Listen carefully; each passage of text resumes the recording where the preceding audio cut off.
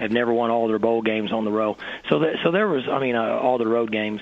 And so there was a lot of pressure that's been put on this group, but they've handled it very well. And I really don't sense any of that. There was some anxiety at practice yesterday, which is okay. Guys were flying around. There was more hitting than I would have wanted to take place yesterday. We had a fight break out because guys are excited about playing in this game, but we got it under control. So I think there's some truth to what you're saying, but I don't think it'll be enough to really affect it when we get into the game, because these guys really understand that they're going to prepare well. We ask them to practice well, and then we ask them to go out and execute the game plan and play extremely hard. And then once they walk off the field, not have any doubts about what their contribution has been to the team.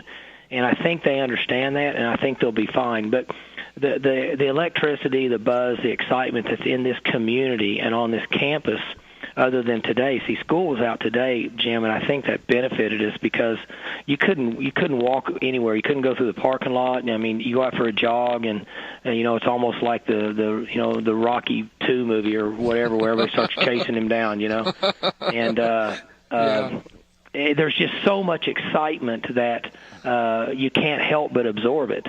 And that's why it's important for us to get out there on the practice field and take care of some of that energy and stay focused on what's important, because, we're playing a good football team. The team is playing much better in the last month, and our players understand that.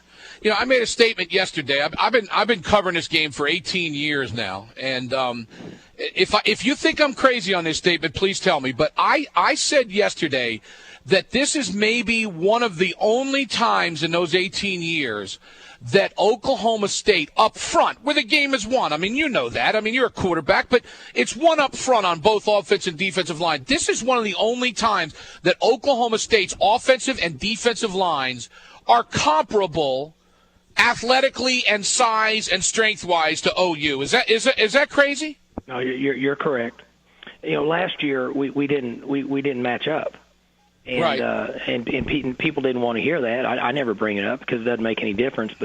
But when you have interior matchup issues that can create X's and O's difficulties, well, you got problems right from the start. Like you jumped up and down when Gerald McCoy went pro, right?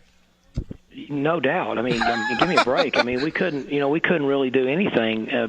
He caused us so many problems because we had the injury, and so we had to move a guy, and we were giving it everything we had, and then Zach couldn't throw it down the field, so we had all kind of issues there. Right. But we've been fortunate with our offensive line that they've been very consistent and have steadily improved, and they're not a great group of players, but they've played pretty well. And then I think when you tie that in with the system that we have in place now with what Coach Holgerson's brought in here, they don't have to be great players. They just got to get in front of somebody for a little while, and then they just got to cover somebody up. And as long as we recruit skill guys that can make plays in space, we can overcome some deficiencies that we may have in the interior part of our offense or our defense. And so that was one of the reasons why that I was infatuated with this offense, was in case we don't match up against some of the more powerful or tradition-rich teams across the country, we can still win the game. Mm-hmm. Hey, I heard yesterday or during Bob Stoops' press conference, I'm sure you didn't hear it, but they asked him about Blackman, and he was like, yeah, I wish we would have gotten him, blah, blah, blah. I also heard you talk about on Thanksgiving, you guys talk no football in your house. Has there ever been a time where you just get mad at Cale because he fought you to bring Broyles down to OU? You guys had Broyles in your hands, and Cale Gundy came in, your brother, and it became like a little bit of a brotherly fight deal, and he ended up staying in town. And I know that, you guys got a bunch of players, but do you ever think about that, what could have been with that situation? Well, let me give this scenario to you. Justin Blackman is here. Broyles, if it didn't become a personal issue, would have been here, and Des Bryant would have been a senior. Yeah. Is that any good? Give that some thought. You or I could have played quarterback in that offense. No, but Blackman has been terrific for us, and Ryan Broyles has been terrific for Oklahoma. I'm happy to see that. I have no problem with the success he's having. I'm happy for him. I don't want him to have much against us, but he competes. The guy is a competitor. So what can you say? You got to you got to give it up to guys that will compete. But that's recruiting. Sometimes that happens, but the one thing that I like, Jim, is in this style of offense we have, there's a lot of guys now within about a 6-hour drive of Stillwater that can play in this offense. Yeah, go ahead and catch the ball. Okay, last question, and it's the proverbial question. If there's one key for you to win on Saturday night, what is it that your team has to do to win the game? It's going to be turnovers. I think both special teams, both groups will have advantages in special teams. I think that their return game is really good, and we've been fortunate with our kicking game has been pretty good. And it's going to come down to turnovers. They're going to make some plays, and we're going to make some plays. But if one team gives the other team multiple opportunities from a turnover standpoint, it'll be difficult to overcome. Yeah, I know turnovers are always a big deal. Hey, one last thing I lied. Mm-hmm. Joseph Randall. Mm-hmm.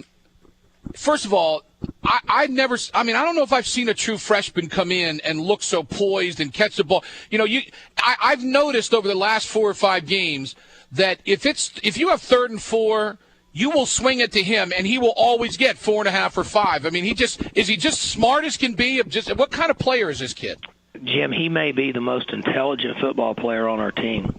Wow. Right now. That's unbelievable.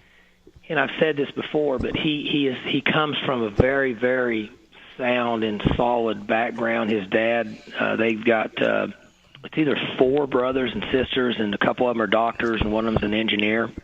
And the dad's a Little League coach, and they're very structured and disciplined. And it's important to him, and he's just he's a tough football player.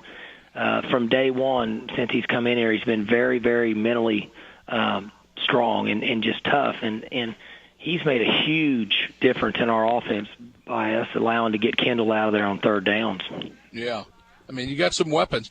Listen, Mike, I appreciate you. Thanks so much for coming on, and good luck on Saturday night, okay? Yeah, how about my man Al? How's he doing? Al's doing good. He'll be out here in a little bit. We'll be talking. I think he's actually going to pick you all to win in this game. Well, tell him I asked about him. I always wondered. I don't ever get to hear him or anything. I always wondered about him, so tell him I asked about him. Well, you know what we'll do, Mike? After the season, after recruiting, we'll need to get you on with both of us some night around, 4:30, and we'll just do a half hour, the 3 of us together. Sound good? Yeah, that'd be awesome. Good. Okay. All right, big man. Thanks. See ya. Yeah. Mike Gundy, good having him on.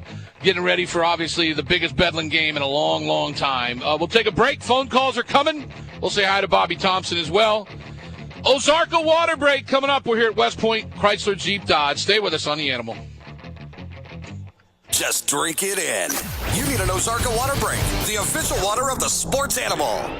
For the past 2 months, WWLS, the sports animal, has followed 2 college football teams. From Stillwater to Norman, every win has been celebrated and loss is discussed.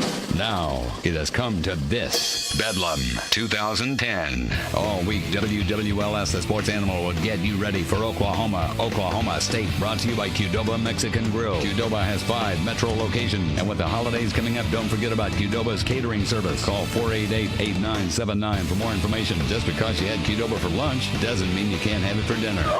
Join Al Eschbach, Jim Traber, Gideon Hamilton, and Sam Mays